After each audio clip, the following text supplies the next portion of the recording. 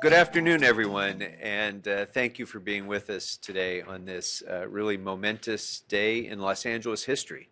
The Los Angeles City Council just approved an ordinance that will make all oil and gas extraction everywhere in the city of Los Angeles a non-conforming use, banning oil and gas drilling in the city of Los Angeles. And that's an especially monumental and historic achievement when you consider the history of oil and gas drilling in this city.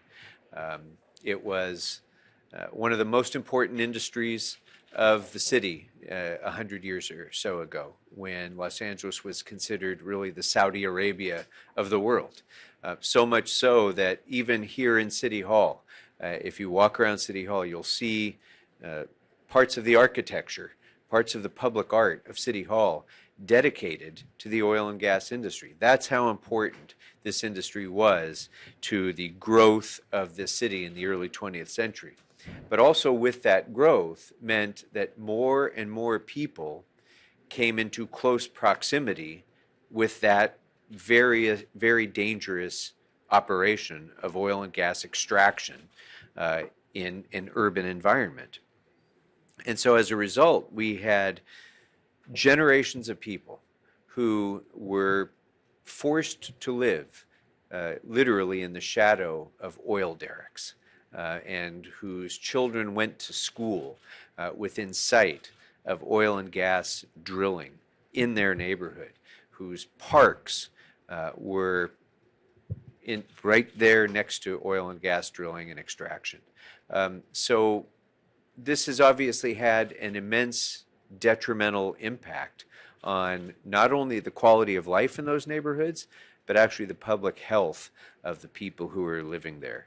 And so today, Los Angeles took a dramatic step forward in leaving the age of oil and stepping forward into the future of clean energy, safe communities, and a commitment to the public health. So when we first started considering this issue, we were talking about setbacks. How close could we allow oil and gas extraction to take place? How close to schools? How close to homes? And so forth. And as that discussion went on, it just became clear that nowhere is the right answer. So today, that first step is taking place. And by the way, today's action, the passage of this ordinance, from the moment this ordinance takes effect, means there will be zero new oil and gas drilling or expansion of operations anywhere in the city. It also means we're starting the clock on the phase out of all existing oil and gas extraction operations. And just this morning, I'm pleased to say the Board of Public Works approved our amortization study contracts, so that will provide the timeline to phase out that existing oil and gas extraction as quickly as possible. So I'm very pleased with the Council's action. I'm so proud of my colleagues, Mr. O'Farrell, Mr. Koretz, so many others of us on the Council who've been working on this for years, literally. And of course, I also want to recognize the tremendous departmental staff and the staff of our offices who've devoted so much time to making sure we got this right. Because as Mr. O'Farrell just said a moment ago on the floor, the easiest thing in the world is to just make statements, to set goals, to set deadlines. The hard work of legislating that really impacts people's lives is getting into the details of what works and how do we make those slogans real. And that's what this legislative body, the City Council of Los Angeles, is committed to do. So I want to thank all of my colleagues. Of course, we want to thank the communities for organizing and pushing for this for years, particularly the Stand LA Coalition and so many other community partners, all of the Angelenos who have refused to continue to suffer in silence, have demanded action from this city, and they've gotten action from this city today. Want to specifically recognize the work of the Planning Department, our Petroleum Administrator, the City Attorney's Office, the City Administrative Officer and Chief Legislative Analyst, the Fire Department, and so many others in our city who've made this day possible. So with that, I want to recognize the chair of our committee who has taken this work and driven it through, and I can't be more grateful to have a committee chair who's so deeply committed, not just on this issue, but on every energy and environment issue that we have, to making sure that we're really doing things that work. And today is an example of that. Councilmember Mitch O'Farrell. Thank you so much, Paul. Thank you. And today is indeed a milestone in the history of Los Angeles. I'm standing between two council members whose staffs, along with mine, did the work to make this happen. This takes real work. Anyone can wax poetic about what we want to do, what we must do, what we need to do, what we have to do. But our offices answered the call to Stand LA and all the advocates in this space who have wanted to ban new oil and gas extraction for years. And today, we brought this ordinance to bear, which is expertly written in collaboration with the Planning Department, the City Attorney's Office. This is commensurate with our overall approach to renewable energy generation in the not-so-distant future. And that requires the elimination of petroleum and gas extraction. It requires ramping up profoundly the capabilities of electric vehicle mobility. It requires an all-in comprehensive approach to renewable energy in 12 short years. And we are on track to accomplish all of these things, just as we have stated in recent years on this council. Part of that, I think the unfinished business here, in working with our Petroleum Administrator, Erica Blythe, is capping existing uncapped oil wells across the city. We are actively working with the state on the federal funding that will help us cap existing and open oil wells. So this is a major step, but it gives you a sense of the complexities of what must happen as we move forward to a clean energy future, where our drinking water is safe and clean, where the air we breathe is clean, where the energy that we produce and gain from other sources in faraway places, with the transmission lines, et cetera, et cetera. There's so much work to do, and I couldn't be more proud of working with my colleagues to deliver this success on this day, heading into 2023. This is indeed a really big day for Los Angeles, and I want to thank all the media outlets for actually covering this. Sometimes media misses all of the real news that happens at City Hall. And some of that real news has historically, in recent history, been all that we're doing on the environment and climate change. Los Angeles is a leader across the nation.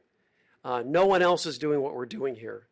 So I'm hopeful that there will be a greater focus on what we're doing, because when that happens, other cities, other governments, municipal and other governments across the world see what we're doing, and that really helps lend itself to what can be done, because we have a global issue.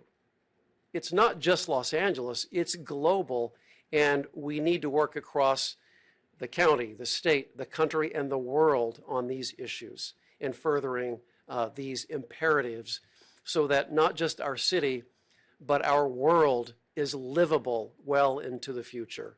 And actions like what we're taking today, which take an incredible amount of work, are what is required of us to get to that point.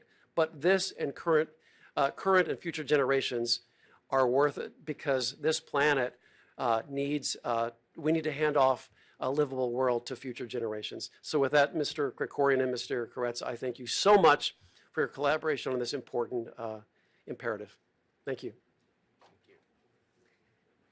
Thank you, Mr. O'Farrell. I next want to introduce a colleague who has, throughout his time in public life, and certainly throughout his entire long service on this city council, has been one of the leaders not only in the city, but really in the nation on protecting the environment, and particularly around issues affecting climate change, where he has been our most persistent, most insistent voice of conscience around the city's role in protecting the planet from climate change. But in every issue that matters to the environment and so many other issues, Paul Koretz has been one of our really great champions, and he was part of the driving force that initiated this and saw it all the way through from the very beginning until the very end, and that was a very, very long process of patience and advocacy and passion. And so I'm so glad that we could get to this point just before we're saying our farewell to our friend, Councilmember Paul Koretz.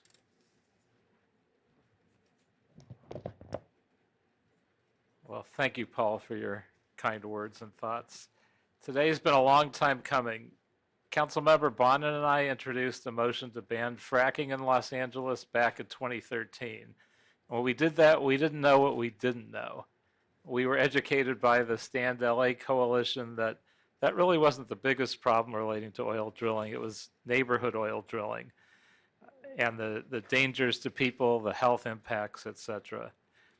We needed to be solving for the fact that oil and gas in the middle of a city impact schools, impact hospitals, impact neighborhoods and business districts, and traditionally marginalized communities, which in my district include the Orthodox Jewish community, a neighborhood where I grew up near the Pico Doheny oil site. I lived there for 20 years. I grew up within 300 feet of it. And my mother died of 3 different cancers. We never knew whether that was a connection, but it certainly gave us pause. It was 130 years ago when Edward Doheny and Charles Canfield, which, by the way, those 2 streets border the Pico Doheny site, so they were named for them. Back in the 1940s, 50s, and 60s, when the oil companies started hiding their oil derricks, at Pico Doheny behind a facade that looked like a tower of an Orthodox synagogue. It seems out of in place, not noticeable, but it has a tremendous impact. If you go to one of the shuls across the street, you can smell the oil in the congregation. People shouldn't have to wake up in their beds with nosebleeds caused by oil drilling chemicals. No one attending services in a shul should have to worry about the toxic smells emanating from across the street. No one should have to panic when the strong smell of a mercaptan spill and leak down the block means they should possibly vacate their homes. Nobody really knew, and people panicked. No worker who puts their life on the line every day working with these toxic chemicals should have to worry about their future as we phase out oil drilling. We need to be sure that we find them other excellent jobs, and they certainly exist. I very much appreciate the leadership of Council President Krekorian and Energy Committee Chair Councilmember O'Farrell to get this amended motion to declare oil drilling a non-conforming use in Los Angeles to the council. I appreciate the leadership to ensure the city's participation in the Just Transition Task Force with LA County to protect and assist affected workers and make sure they're able to get other equivalent jobs. I couldn't agree more with all of this, which is why I strongly seconded this motion in committee. Most of all, I appreciate the strong, truly groundbreaking work of the Stand LA Coalition. They've been relentless for years in making sure we got this across the finish line. And I'm personally thankful that we got all this done while I was still on the council to vote for it. The toxic chemicals and dangers of exposing Angelenos to oil drilling are much too great. This effort is more than 100 years overdue, but the end of toxic neighborhood oil drilling starts today. Thank you.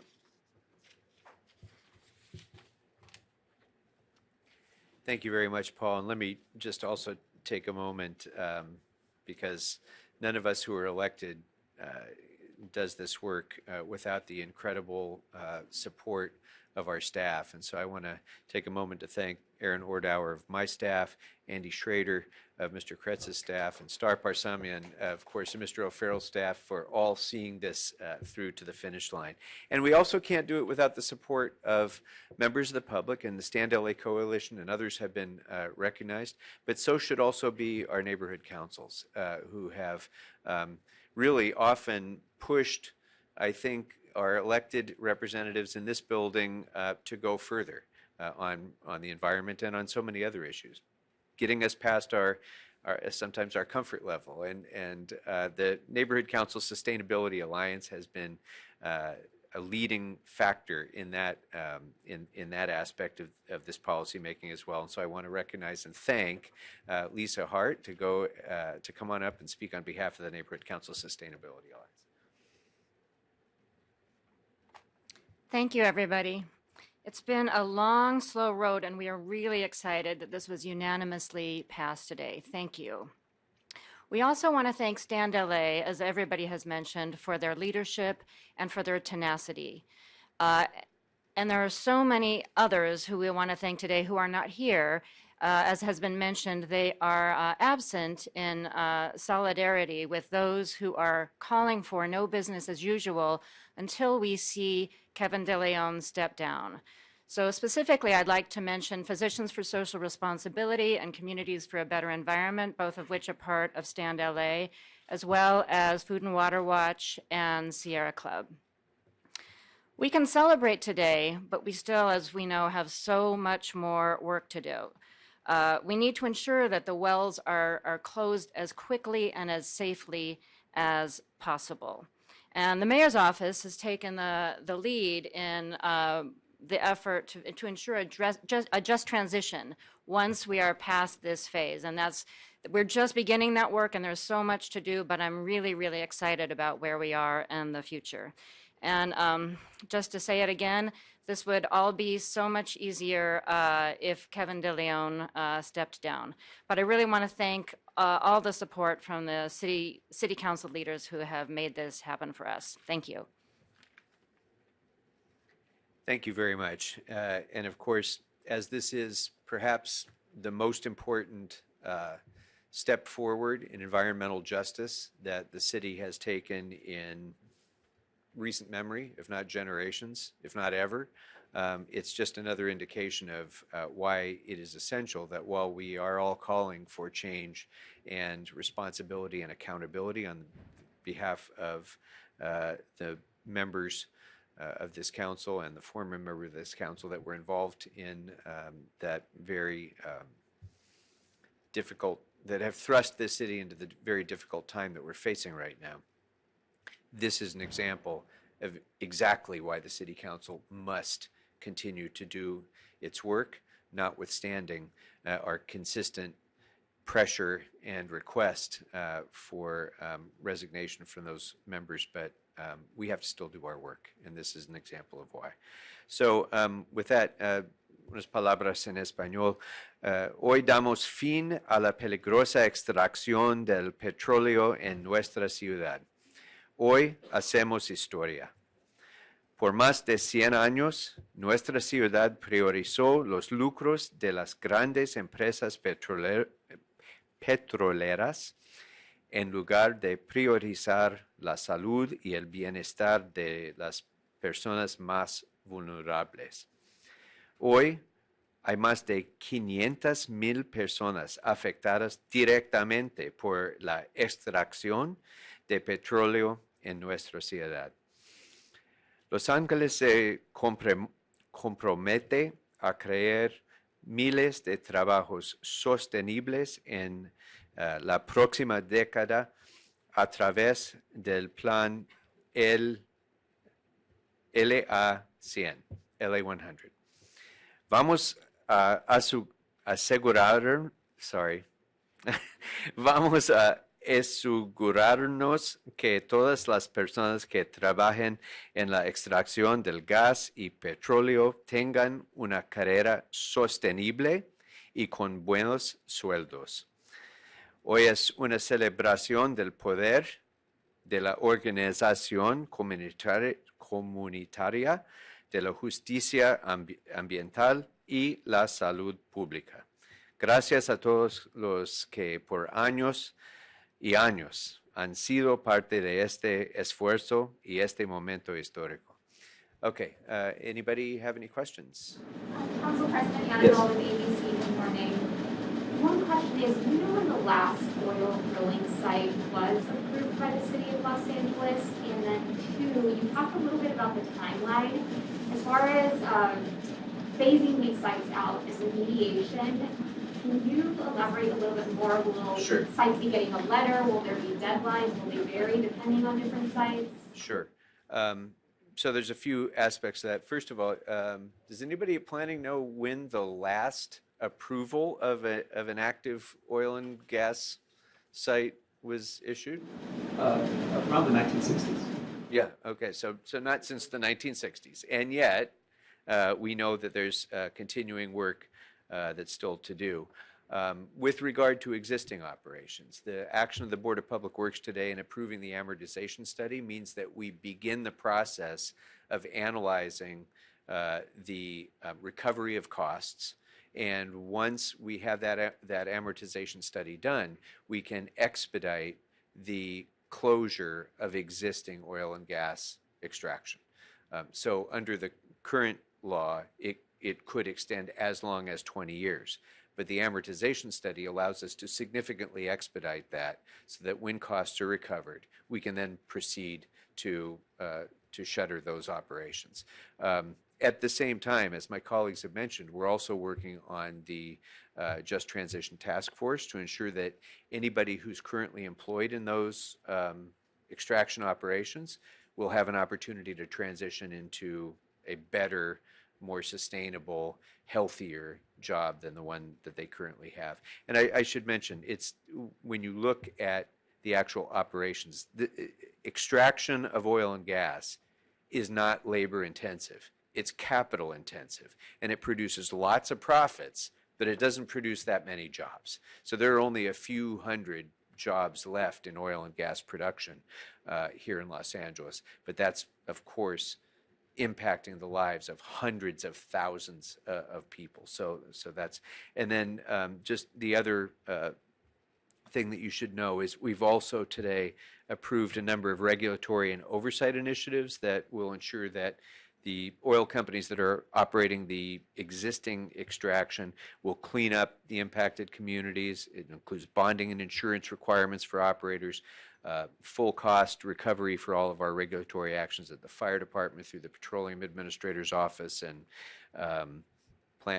building and safety and otherwise. And when will the study come back to the City Council? Well, it's going to take however long it takes. So today it's been approved. It's a complicated study. I don't expect that will come back within the next couple of months. They do have to, go through and really do some deep analysis. So I think it's premature to. Do we have a timeline, Aaron, on 2 years? Yeah. So probably, based on experience, other places that have done amortization studies, probably at least 18 months to 2 years before it comes out. But just to be clear, again, I want to make sure that we don't lose sight of the fact that new extraction ends today, and the timeline begins today on that process. Did you face any pushback from the oil and gas industry? How did you well, needless to say, whenever a word is mentioned about constraining the profits of the oil and gas industry in any way, the pushback is significant, immediate, and persistent. And we've all experienced that in our work here. Mr. Koretz and I certainly experienced the same thing in Sacramento. It's relentless. And what happens very often is the profiteers of the oil and gas companies will use their mistreated workforce as a way to try to push back on policymakers. They will try to use a fake, false, untruthful argument about impacts on gasoline prices. They will send out direct mail. They will, use people to come in and contact us. And it's all nonsense. Because as I said a moment ago, first of all, in terms of its impact on jobs, this will have almost zero impact on jobs for these reasons. First of all, it's a few hundred jobs to begin with. All of those jobs will continue during the phase-out period. So it will be a matter of years before those jobs are lost. And to be very frank, those jobs, because of the likely continuing reduction in demand for locally produced petroleum, are going by the wayside anyway. So we're providing the work of the Just Transition Task Force to make sure that those workers are taken care of and will not be hurt by this. But at the same time, we also have to acknowledge, you can't continue to use the job argument in an industry that is already in decline. So that's number one. And in terms of the gas price issue, it is just such a canard, just such nonsense that the wealthiest companies in the world, the ones that cause our gas prices to spike routinely by shutting down a refinery, by changing pricing on a seasonal basis, by doing all of the profiteering strategies that they always do, somehow say that this exercise, that this ordinance that we're passing today is going to affect gas prices. It's nonsense. Less than 0.1% of the oil used in Southern California refineries to produce local gasoline here comes from extraction in the city of Los Angeles. So in a global oil and gas marketplace, when only 0.1% of the crude is coming from Los Angeles, the idea that that's even going to have a 1/100th of a cent impact on oil and on gasoline prices is just a lie. It's just a lie, and it needs to be called a lie so that our, the people that we represent don't get, worried unnecessarily about something that that the oil and gas industry is trying to cram down their throat. If you want to know why oil and gas prices are so high, ask the profiteers at the oil and gas companies, not the City Council of Los Angeles. So, what else? Yeah. Is this law going to affect the natural gas storage, like the gas company's Aliso Canyon facility? That's an entirely separate set of issues because this deals with extraction. So storage, refinement, those are separate sets of issues, all with their own complexities and their own urgency. But what's before us today is only on extraction. Is there a specific area of LA where the community is going to actually benefit from your passage of this law? Well, like Wilmington? Yeah, Wilmington is one of the greatest examples. Mr. Koretz just described in his own district some of the neighborhoods where you might not even ever see any evidence that oil and gas extraction is going on because it's so concealed and camouflaged, but it's right next to a school or right next to a park or right next to somebody's living room window. And so there are literally hundreds of thousands of people in Los Angeles who live within a quarter of a mile of active oil and gas extraction today. Yeah, sure, Paul. I mean, there's an impression that oil and gas is only in some of the black and brown neighborhoods, but surprisingly, in a very high income area, which is my district. There's not only an infamous oil operation at Pico and Doheny, there's one on the backside of the Beverly Center. Virtually nobody knows it's there, but it's slightly visible. I was concerned when we gave them a reapproval of their permit a few years ago across from Cedars-Sinai Hospital. But at that time, we really didn't have the expertise to analyze that adequately. There is an oil operation at the Rancho Park Golf Course, which we really became aware of because of the mercaptan spill that people could smell for many miles a few years ago. And I used to run track with my friends that ran track on the best track in the area, which was Beverly Hills High. And they had an oil derrick right there, right next to the track. And it was a quarter-mile track. I would usually hold my breath for about 15 seconds as I passed the one spot where you could actually smell and taste the oil as it was coming out in gaseous form.